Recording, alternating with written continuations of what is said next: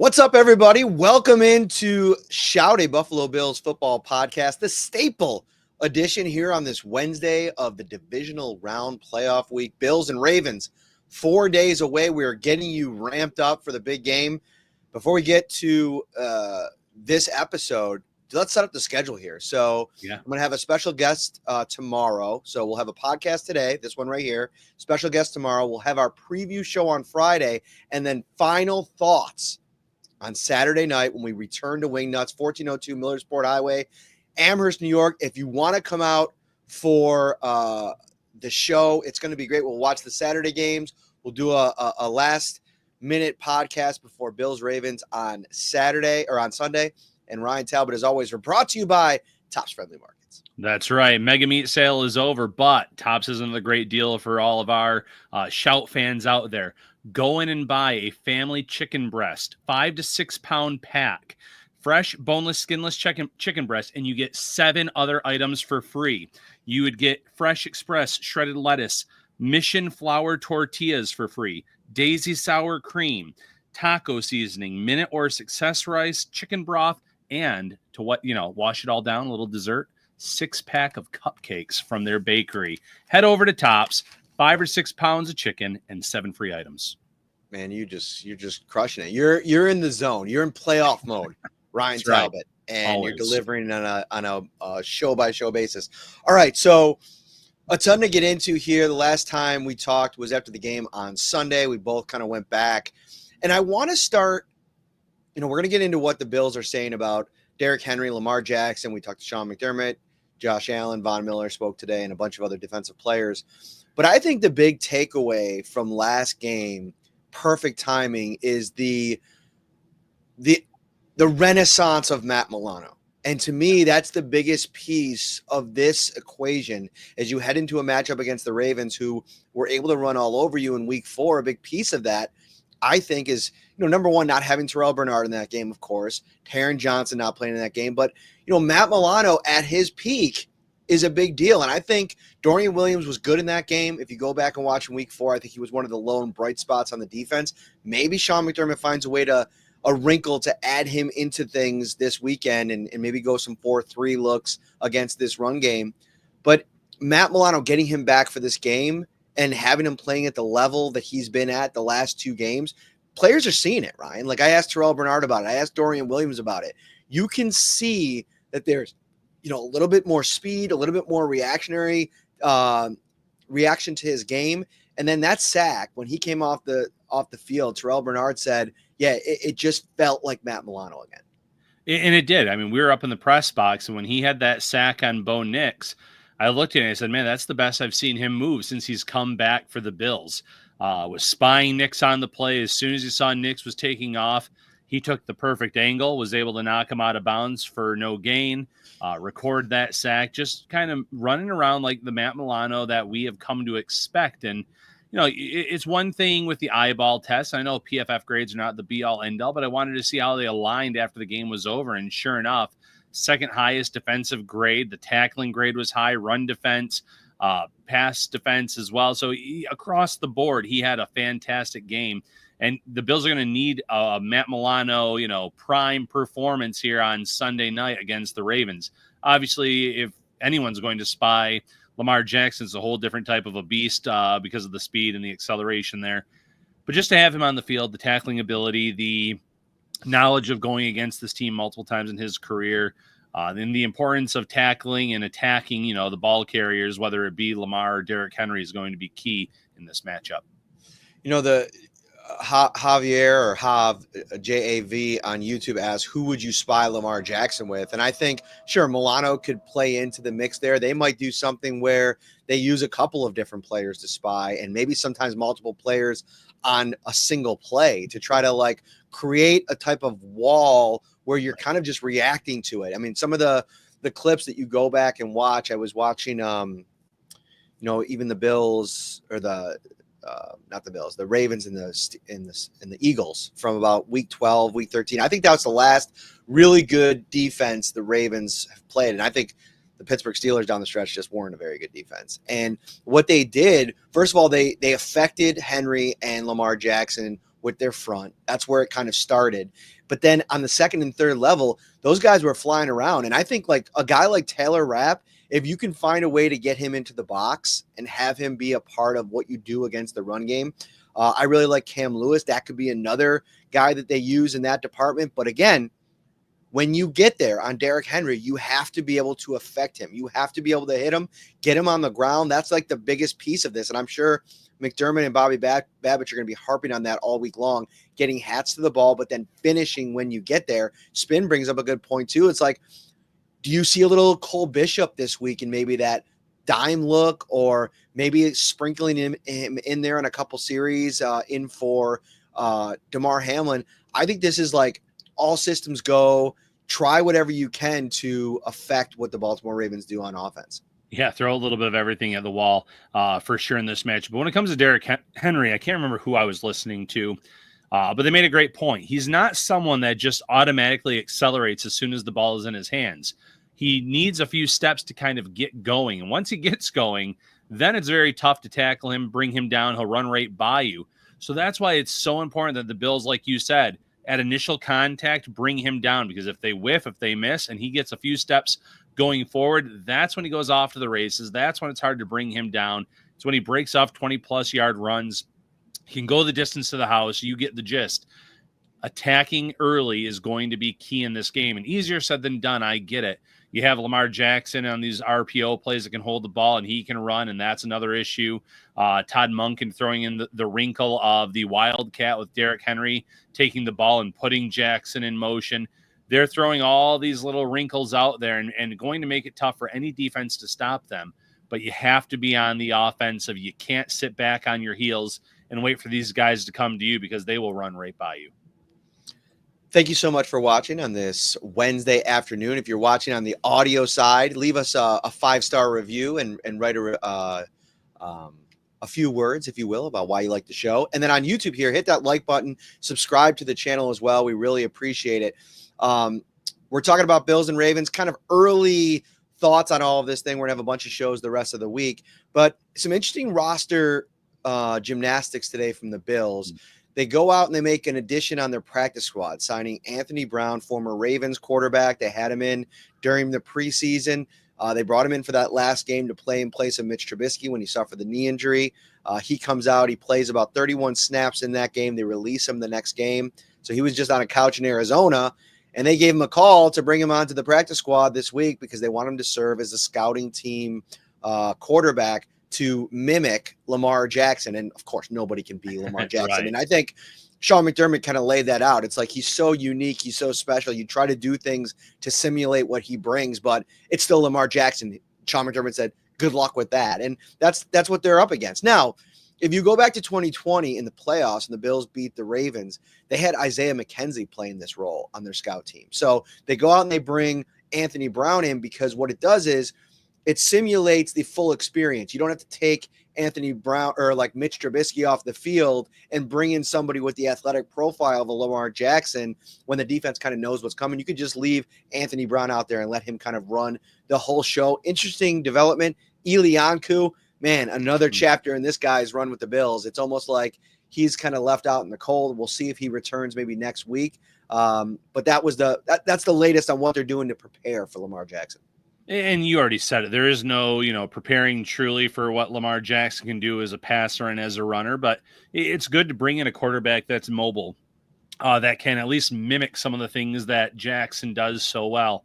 Anything close to that is just good preparation in terms of crashing down, holding the edge, knowing what the expectations are on a play-by-play basis, knowing that he can just take off at any given moment too and use his legs. So anything that you can get close to that is an advantage for this team in terms of preparations for this matchup.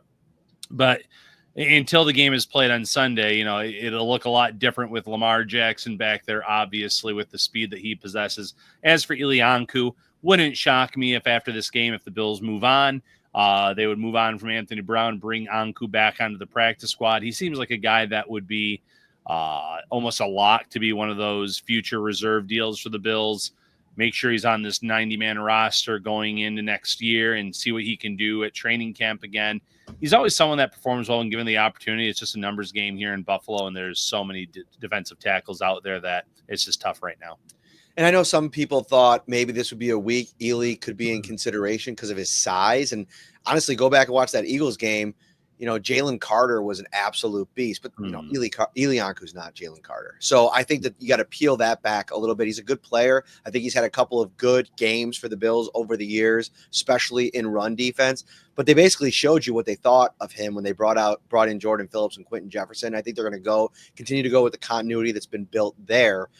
So that is what it is. Let's get to the Ravens side for a quick minute here, because Zay Flowers did not practice today. That's the big update out of Baltimore. Now, earlier in the week, John Harbaugh said that he could not practice all week and still get the go-ahead to play. We'll see. But here's the thing for me.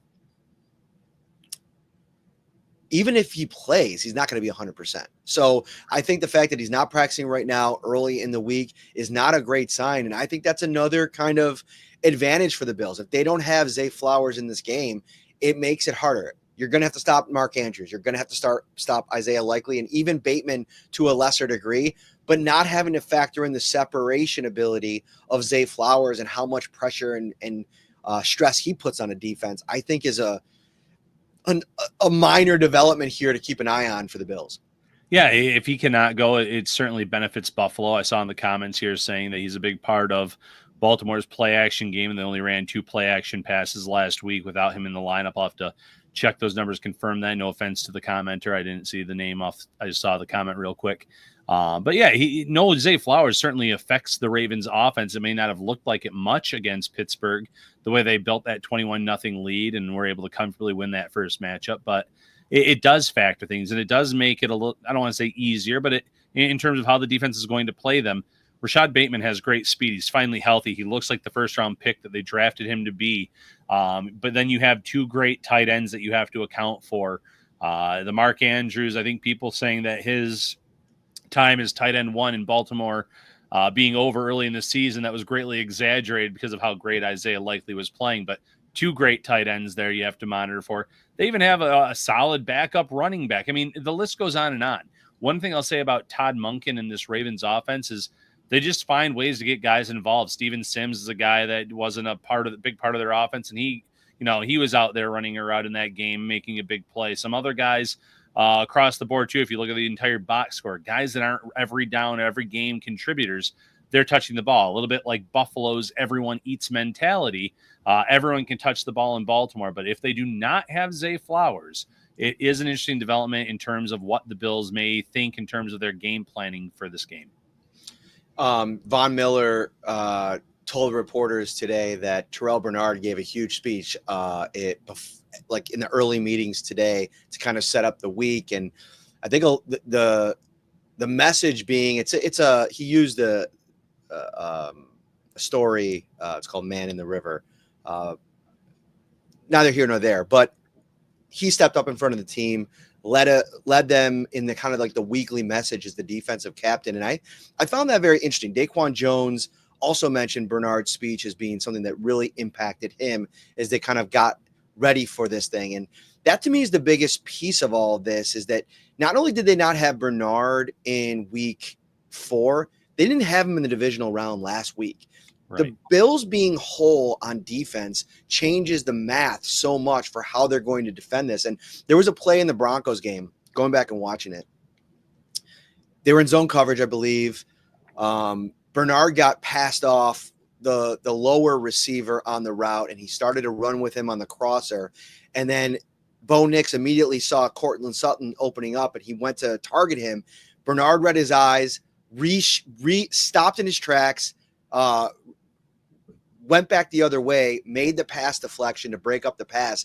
He's so key in so many different areas for what the Bills want to do against the run, of course, but specifically against the pass and defending Lamar Jackson. Having those guys, Taron Johnson, Milano, and Bernard healthy, that's massive. And another piece I wanted to bring up, Daquan Jones was wearing a shirt today. He's like, all F words out to give, or something along those lines. I don't remember the exact phrase, but basically saying like he's got no F's left to give. And Jordan Phillips, was the one that had these sweatshirts designed. And he famously walks around with a catchphrase of his own on a black T-shirt that he's worn, I want to say going back 3 years, where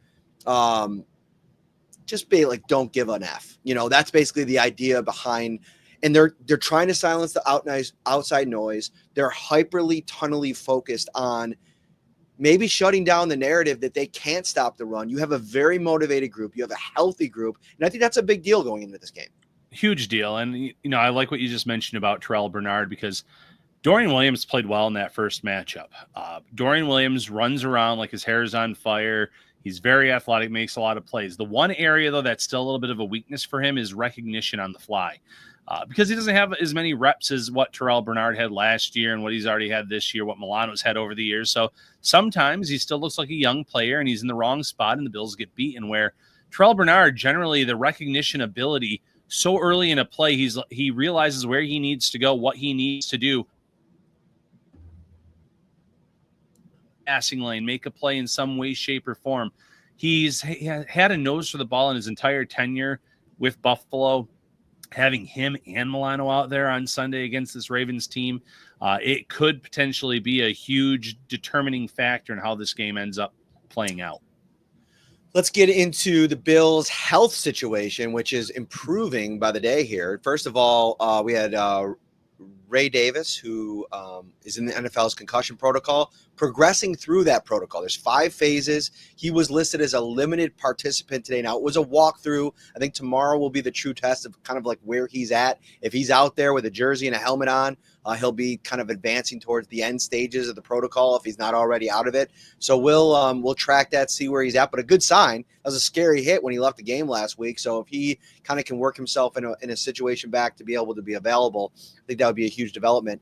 The other injury of note is Alec Anderson, who suffered the calf injury.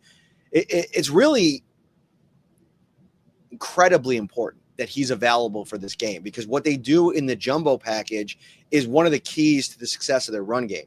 He suffered it in game. He returned and played in the game. So you think first and foremost, okay, that's a good sign. He'll be all good. But I feel like this has happened once or twice this year where somebody injured themselves in the game, came back in the game, and then ended up thinking like, oh, it's all good. I think Curtis Samuel was one of these examples from early in the season, ended up missing the next game in multiple games when things maybe progressed throughout the week. He was limited in practice today, so we'll see if that changes over the course of the week. Brandon Codrington, kick returner, Sean McDermott said he is good to go, so he'll be back for this weekend. Yeah, huge boost in the punt return game, although I thought Khalil Shakir did a great job in that matchup.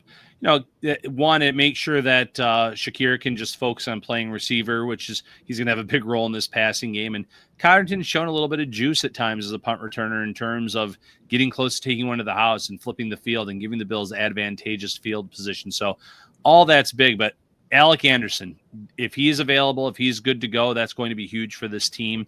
Wild card weekend, I almost felt like the official should have just said number 70 is reporting eligible until I say otherwise, because it was almost every single play for a period of time, because that's how much they like running those packages, having the extra blocker out there and creating those rushing lanes for James Cook and Ty Johnson, and even, playing the pass off of that too and having him out there. It's a big part of what they've done this year, a big part of their success. And while I think the Bills have other guys waiting in the wings that could step up and fill that role if needed, Anderson is in a class of his own right now, based on the amount of snaps he's played this year, that mean streak, that edge he plays with. It's something that does really help this team out offensively throughout a game. The edge is the biggest thing, like the nastiness, like the athleticism. I think that's another big piece of it. Although Joe Brady did say that when they have trained other guys in this role, it makes more sense for the jumbo to be a tackle, because they're so much more used to defend or blocking edge defenders. Right. But Alec Anderson can play all 5 positions. He's played tackle before over the course of his career, but getting him back just from a mindset perspective, I think he adds so much in that role. That's going to be important. Ryan, when you were a kid, what was the part of football that was the toughest for you to figure out? I was trying to think of this the other day. I was watching Monday Night Football with Lucas, my son, and he was asking me a bunch of different questions about why teams go for it on 4th down and why the team decides to kick a field goal when they only need one more yard, and the field goal is 35 yards, and it makes more sense to him in his little 10-year-old brain to just like, run a quarterback sneak or hand the ball off to the running back. What were the toughest questions that you kind of faced when you were a kid learning the game? I think it would be the penalties, Matt. Trying to okay, offensive holding, defensive holding, encroachment, false start, pass interference, the different yardages, the automatic first downs, how that all worked out, and trying to get an understanding of that. So for me, that was definitely my biggest issue as a kid. There's a dad hack out there for all dads, and a mom hack, I should say, as well, for anybody trying to teach their kid the game of football, and it's called Future Fans. Anyone who has tried to explain football to a little kid knows it's nearly impossible to make it all make sense. There's so many kind of things happening just when you're watching a game on TV, even if you press the pause button. The way Future Fans teaches in storybook-led activity boxes is absolutely genius. Instead of trying to explain downs, they have a kid play a beanbag toss game with things like 4 tries and 6 points embedded into it. And then later, they connect those games to football through the storybook that guides the entire Future Fans experience. It's super cool. It's only $49.99 at futurefans.com. But if you use the code SHOUT, SHOUT, you'll get their biggest discount ever, 25% off. That's futurefans.com. You use our code SHOUT, SHOUT, and start teaching your little ones about the game of football. Where do you want to go next, Ryan? I want to talk a little weather, Matt. I saw an interesting stat that came up. It looks like in the middle of the game, the temperature could feel as cold as 8 degrees. Kickoff, it's going to be a little bit warmer. But one interesting stat that I saw was that the coldest game Lamar Jackson has ever played in was 27 degrees. Wow. Coldest game Derrick Henry has ever played in was 22 degrees. So this could end up being the coldest game that either player has performed in. Now, in terms of running the ball, yeah, he could get stripped of the ball. He's done that a few times in his career where he's lost it. But I almost wonder, as a passer for Lamar Jackson, throwing that ball, one, it can be a little bit slippery if it's wet out there, snows potentially in the forecast. But two, his receivers are not used to necessarily playing weather this cold on a regular basis. It would not surprise me if there were a few balls that bounced off of receivers' hands, which could lead to a situation where interceptions could be had. Now, it works both ways, but the one thing I'll say is Josh Allen and company, for the most part, they've played in cold games this year. They've played in some cold games in years past. I know a lot of his pass catchers are new, like Amari Cooper, Keon Coleman, and company, but it's just one of those things that I wonder if the weather is going to factor into the outcome of this game at all.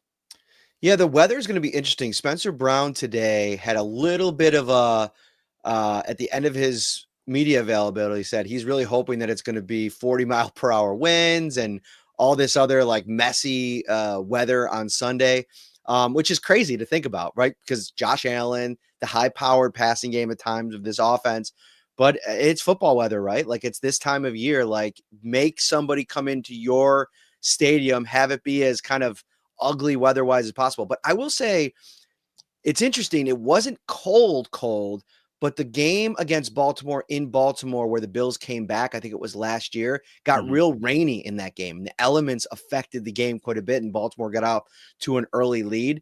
So I think weather is always kind of like an interesting talking point when it comes to January games in Orchard Park. And to me, the biggest thing is like, what's the wind going to be like? Because it could be really cold, and we've seen super cold games where Josh Allen still goes out there and is absolutely electric and can't be stopped. But I feel like the windiness changes what you can do. Do you think like if it's super windy, as Spencer Brown is hoping that it is, that gives an advantage to the Bills necessarily? Or do you feel like that's something where, all right, they're going to still try to run that option and run that RPO and zone read game with Lamar and Derrick? I mean, you would think it would give you a slight advantage in terms of how you would want to play the run in that situation, not accounting for the pass as much in wins if it were to get that gusty. But the only problem with playing closer to the line is if either of those guys get by that first initial line of defense, they're gone. So, yeah, yes and no. It helps in terms of making a team more one-dimensional. But those two are kind of unicorns in terms of their skill sets and what they do, the way Henry can run for a man his size and with his power, and obviously Jackson for just his amazing athletic ability. So, it would help to a certain extent, but those two would still be very, very dangerous, even if the Bills were just trying to play the run solely in that game. Let's go to the social media stuff that's happening around this game right now. It's interesting because early in the week, there was like a couple of different fan posts where they had like a quote from, I think it was Matt Milano of all people, about like talking down on Lamar Jackson or something like that. Immediately when you see the quote, your eyebrow raises like, okay, this doesn't make any sense right now. Like, Matt Milano, first of all, has said like 4 words this entire season. I was able to track him down when he was first coming back. I think we asked him 12 questions and he said 4 total words. So when I saw this quote and it was like 4 sentences, I'm like, no way, this can't be real. And then there was one on the other side of things, like something from a Ravens player, I think it was Kyle Hamilton.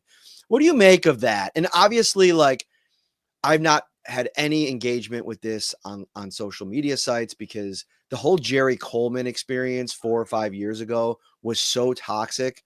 I swore to myself. I mean, I was talking that back and forth with that guy in my DMs. It was terrible. Like, he was just one of the worst kind of experiences since back in Buffalo and on the beat and covering this team was just all of those interactions with that guy. And he's ramping things back up again.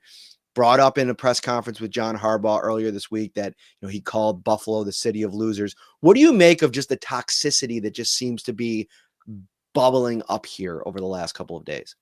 It feels like it's been bubbling up probably for a few months now with these two fan bases specifically because of the whole MVP race with Lamar Jackson, Josh Allen, the back and forth. I've seen a lot of ugliness there, but then the fake quotes get thrown into it from players on both teams. And like you said, Matt Milano hasn't said 4 sentences in his entire tenure in Buffalo, let alone a response to a question about this game coming up. So they're fake, but there's going to be some people that buy quotes like that. They're going to retweet it and they're just going to take it as gospel. So the players aren't going to buy that. Players aren't going to think that's the real deal. But that's, the worst part of social media is the fake stuff that floats around, and some people do end up believing it. As for Jerry Coleman, this is just a guy that wants attention.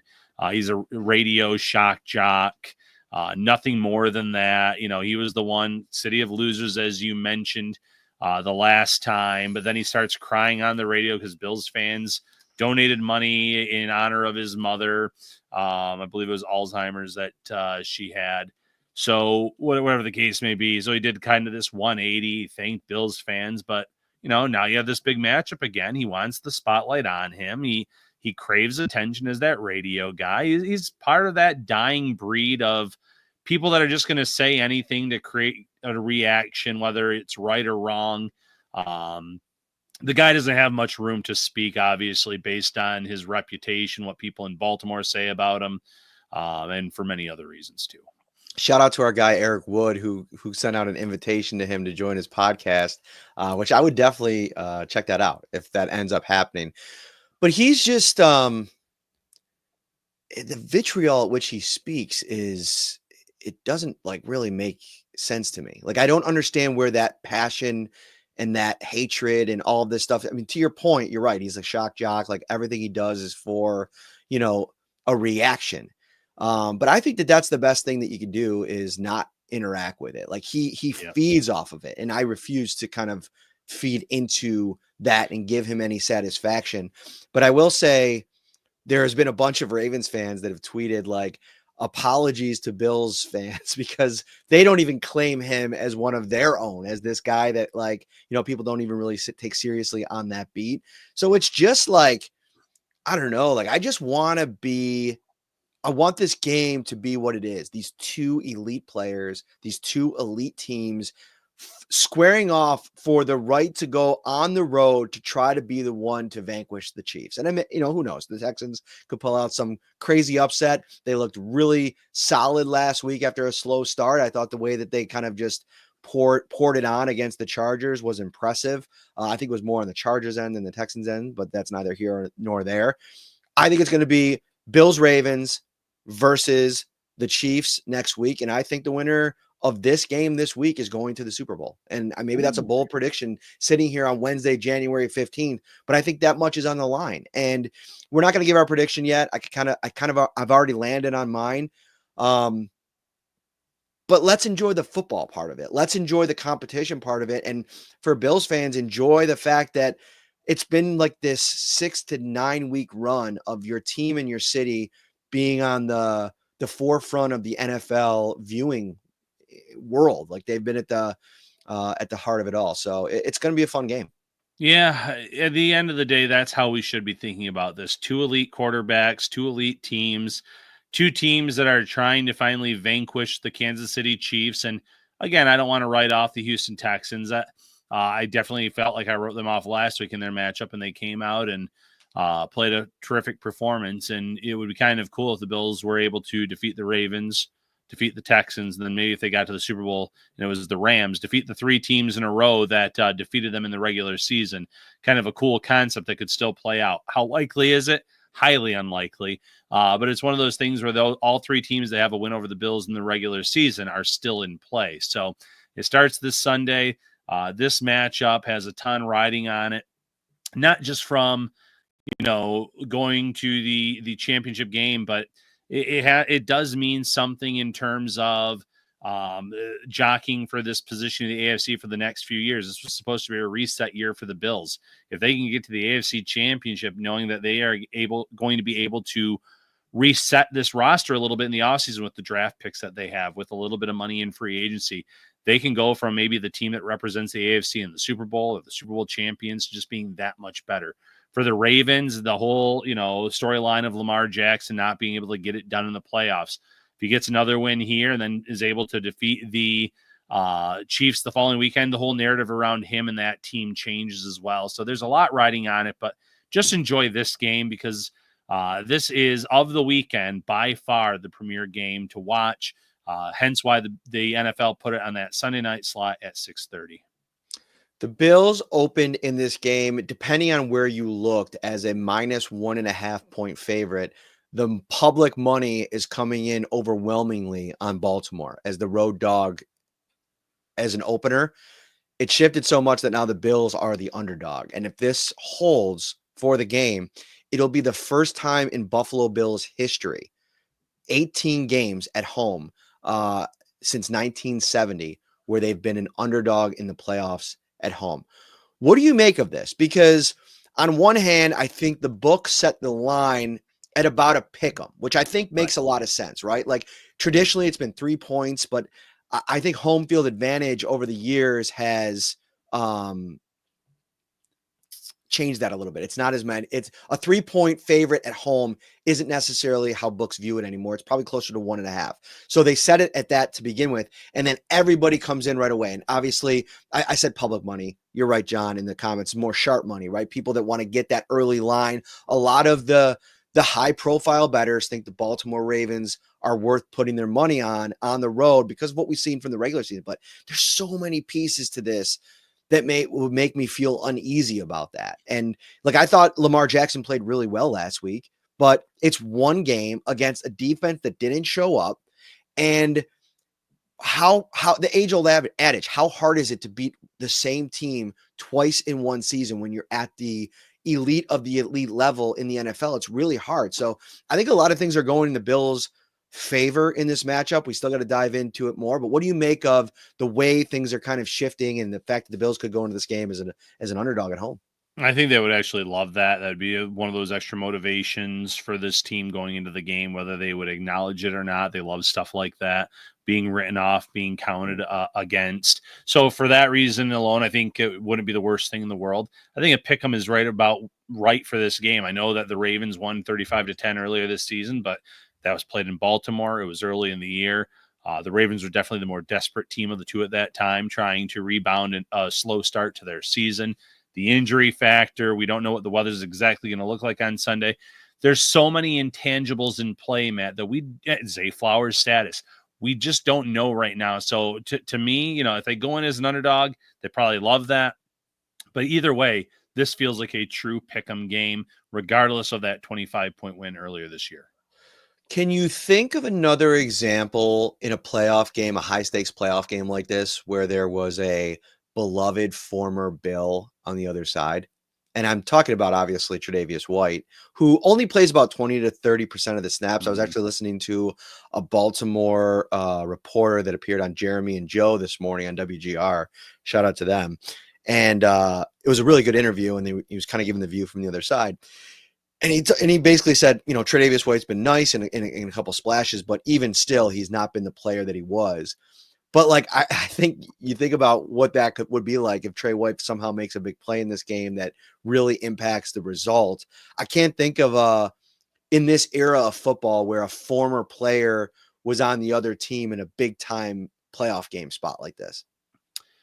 Yeah, no, you're right. You think back the last few years, last year, Pittsburgh, no one jumps out in terms of a beloved player. Kansas City, you look at the Bengals games in the past. So Trey White was a beloved character figure in Buffalo history from the time he was drafted in 2017. So again, another nice little wrinkle to kind of throw into this game, a storyline to watch where he could be moving on to the AFC Championship, or his former teammates could be moving on to the AFC Championship game. So kind of neat to watch. And, the Bills are kind of pulling out the big guns for this one, bringing Ryan Fitzpatrick as the legend of the game after digging into the greats of Kyle Williams, another fan favorite the week before.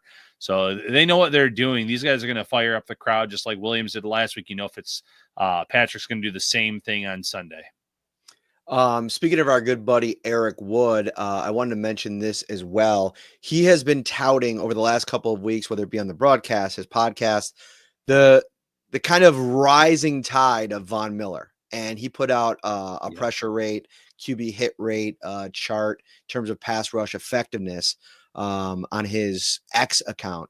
And if you look at the pressure rate in terms of rushers landing at the quarterback and applying pressure, Von Miller's rate of 33-ish percent, 32% ranks the number one among playoff pass rushers. And, behind him is Odafe Owe from Baltimore, who's obviously going to be a big name to watch this week here. Greg Rousseau, he comes in at about 17, 18%. Has that met the eye test for you? Like Von Miller, the pressure rate compared to what you've seen watching him rush play to play? Because for me, I don't have a lot of analysis on that. I haven't been watching him too closely, and I'll probably do that before we talk on Friday. And actually, the guest that I'm going to have tomorrow is a film guru from The Athletic, Ted Wynn. So get ready for that one. I'll ask him this question. The thing for me that's flipped for Von is it's been like the mentality. Like early in the season, it just felt so much like, I don't want to say it was pressing, but like really just chasing the old him. Even with some of the success, 3 sacks in the first 3 weeks, it didn't ever seem consistent. Now, all of a sudden, it seems like he feels more like himself in just the way that he talks about himself. He was actually on Jim Gray and Tom Brady's podcast. What is it? Let's Go. It's called Let's Go. And he was on there with Max Crosby, and it was kind of a cool little tidbit. If you're one of the Bills fans that are hoping the Bills trade for Max Crosby, him and Von Miller apparently are best friends. They actually call each other every single week and share rush plans on familiar opponents. So I'm not sure if the Raiders beat the Baltimore Ravens this week. I'm sure Von Miller's on the phone with Max Crosby this week, sharing some intel on how to get after Lamar Jackson and Derrick Henry. But just the way that he's talking, it feels like 2022 Von is back. Yeah, he's passed the eye test, in my opinion. The pressures don't always lead to sacks. They don't always lead to someone else getting the sack, like moving him away from the pocket and the quarterback going in the arms of someone else. But it leads to the quarterback moving off of his spot, maybe a rush throw, maybe a poor throw, which we saw from, Bo Nix last week a few times. I think Von had 5 pressures in that game. And I'm glad you mentioned Eric Wood and that chart that he brought up, because in week 4, do you remember how many snaps Von Miller played in that game, Matt? No, he did. Still low. 9 total snaps in that game. And I think it was part of the game plan that the Bills were trying. They weren't rushing the passer necessarily. But the way he's playing right now, you're not going to see him out there for only 9 snaps. They're going to utilize him. They're going to trust him to set the edge at times. They're going to let him get after the quarterback at times. this is a different version of Von Miller that the Bills had from week 4 to now as well. So another one of those little caveats or X factors that could play a role in this game. Thank you so much for joining us here on Wednesday. Like I mentioned, we're going to have 3 more big shows this week. We cannot wait for all of those. Become a Shout Text Insider. All you have to do is text 716-528-6727. That'll give you a 2-week free trial. And then how much is it after that, Ryan Talbot? $3.99 a month. $3.99 a month. What do they get? They get 24/7 access to Matt Parrino and Ryan Talbot. Hopefully this season rolls on for a few more weeks, but even when the year ends, we'll be digging into free agency, the draft. We talk roster cut down day later on this year, obviously. Football season never ends. So there's always something for us to discuss. We'll have you covered. Give it a try. 2-week free trial, as Matt pointed out, $3.99 a month after that. Cheaper than a cup of coffee. The Shout Text Line is brought to you by Carrie C. Byer, attorney with the law offices of Francis M. Litro, located at 237 Main Street in Buffalo, New York. If you or someone you know is seriously injured, give him a call, 716-852-1234, or check out litrolaw.com. That'll do it for us. For Ryan, I'm Matt. We'll be right back. See you tomorrow, everybody. Take care.